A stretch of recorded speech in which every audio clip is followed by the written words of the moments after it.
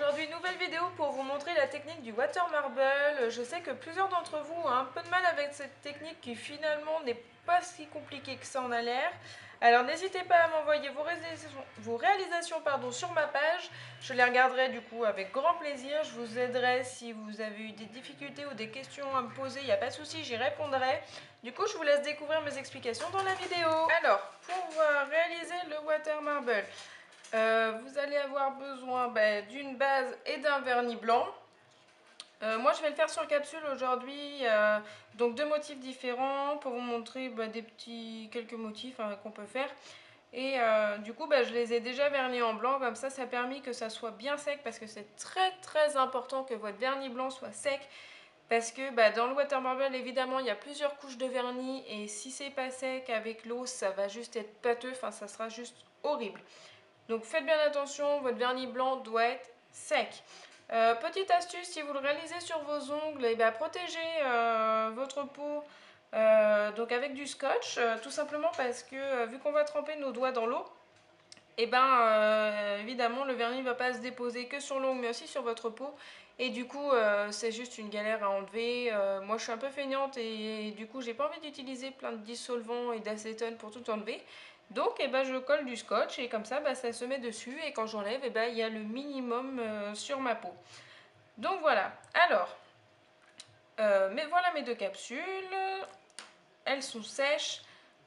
Pour ça il va vous falloir moi du coup deux motifs, donc j'ai choisi plusieurs vernis. Pour vos vernis, choisissez des vernis qui soient liquides mais pas trop, pour pas que votre goutte tombe n'importe où, et puis pour pouvoir doser votre goutte. Alors les vernis gel ou les vernis gel pailletés, des vernis trop épais, etc., je vous conseille de les laisser là où ils sont, parce que ça ne fonctionnera pas pour cette méthode. Il faut vraiment des gels, des vernis qui soient liquides.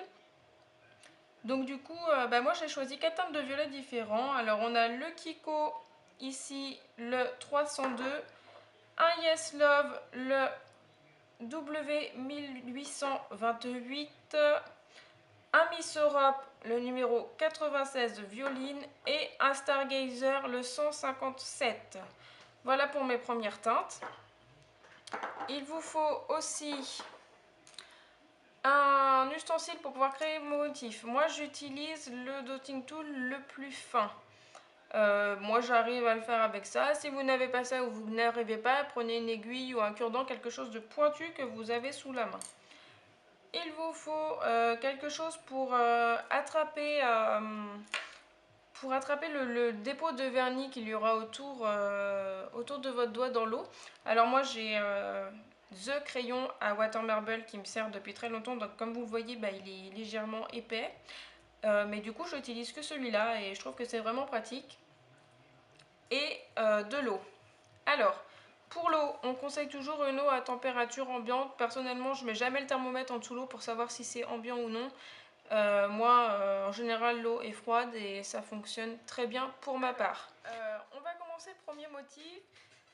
Pour que ça soit plus simple, débouchez tout d'abord tous vos vernis, parce que ça évite de perdre du temps à les déboucher et les reboucher, tout simplement parce que le vernis dans l'eau, ça sèche très vite, et du coup c'est un risque de gâcher tout votre water marble. Donc on débouche. Voilà, moi je vais les déboucher. Alors je vais les mettre un petit peu sur le côté pour que ça soit plus facile pour moi. Voilà, hop. Et on va donc commencer notre motif. Alors, hop, je mets mon petit coton et mon dotting tool ici.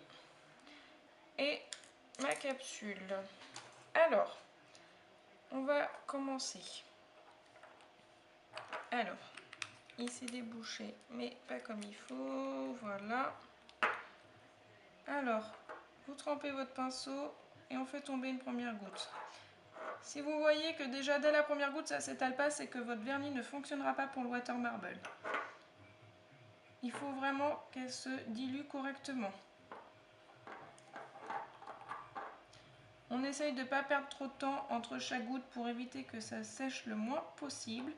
Et on continue l'opération jusqu'à temps qu'on souhaite en fait. C'est à vous de gérer si vous voulez aller faire un motif très chargé ou moins chargé. Si vous voulez mettre une goutte ou deux gouttes, tout dépendra de la teinte de vos vernis. Et puis, vous de voir après, hein.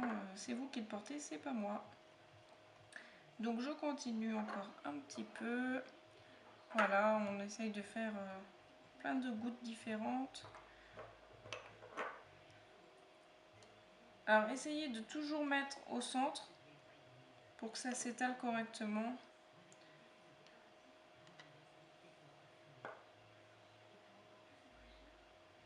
Là, celui-là, il ne veut pas couler. Voilà.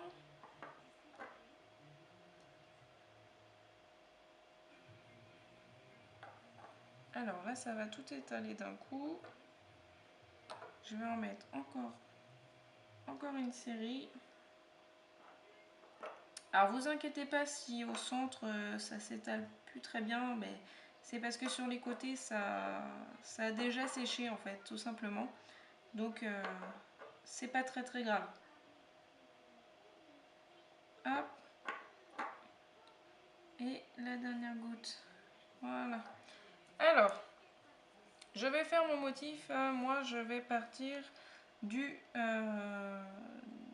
centre. Donc, je vais étirer mon motif. Je prends un petit coton, j'essuie à chaque fois pour avoir le moins de résidus possible sur l'ustensile qui va me servir pour créer mon motif.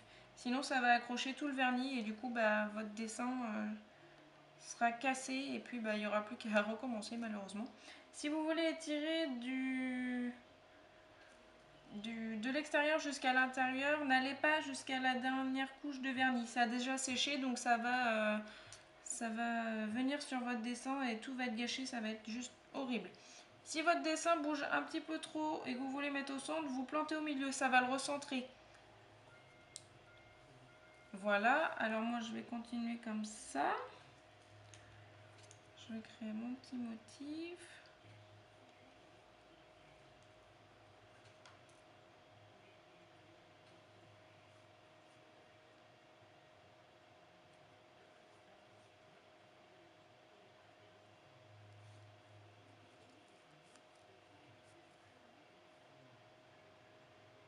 Voilà, là vous voyez, ça commence déjà à sécher.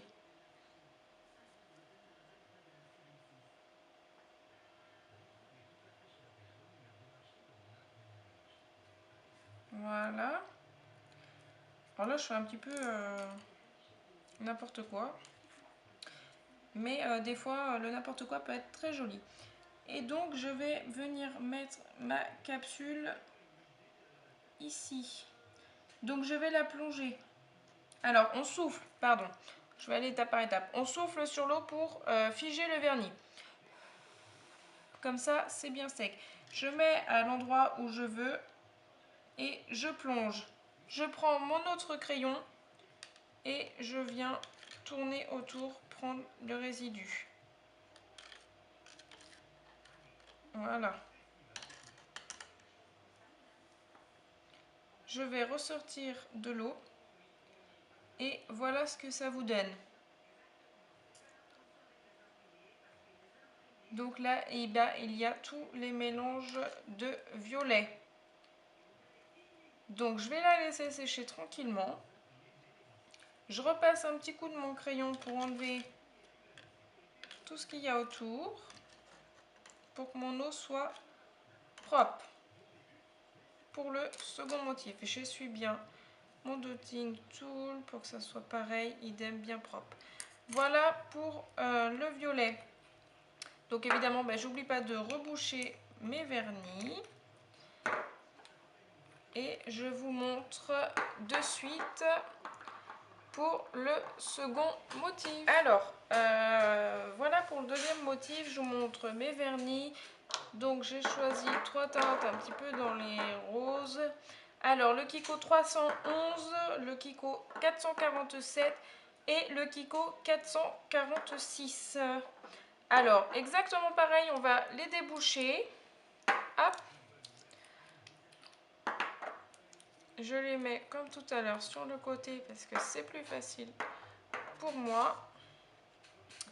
Et on va commencer comme tout à l'heure l'opération. Je mets ma capsule à côté Et on fait exactement pareil que tout à l'heure.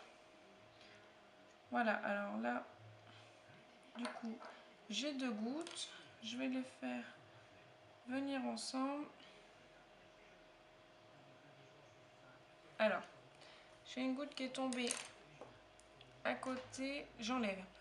Je souffle et j'enlève. Voilà, quand ça vous arrive, vous soufflez dessus et vous enlevez. Et puis, ben, vous recommencez, comme moi. Alors, je vais faire tomber ma goutte. Voilà.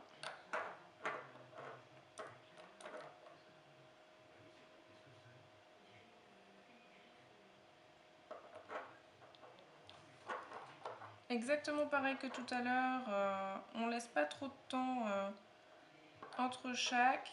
Il faut vraiment que ça n'ait pas le temps de sécher.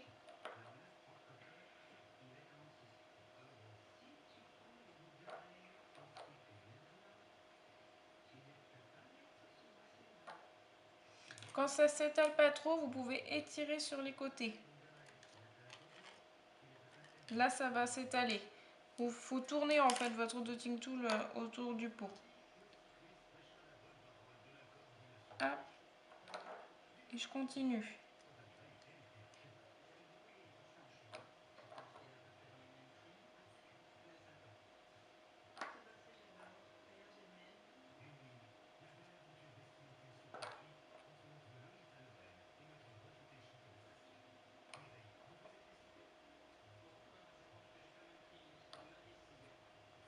Alors, là, je vais m'arrêter là. Et je vais faire comme ceci.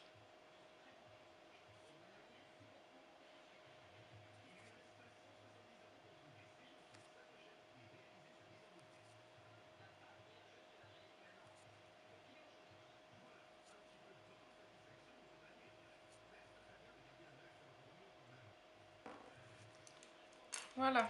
Et là, je vais mettre ma capsule. Je souffle pour figer. Et je vais mettre ma capsule par ici. Enfin, plutôt dans, oui, dans ce sens-là. Alors, je vais le faire de la main droite, ça sera plus pratique. Et je plonge. Et j'enlève le surplus.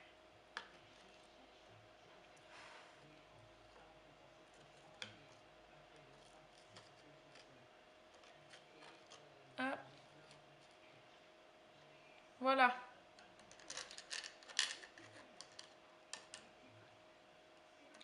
Voilà le rendu. Quand il y a des petites bulles d'eau, alors il y en a qui disent de souffler. Moi je ne souffle pas, j'ai une autre technique bien à moi. Et ben je trempe mon doigt dans l'eau et je remodifie un tout petit peu là où il y a les gouttes.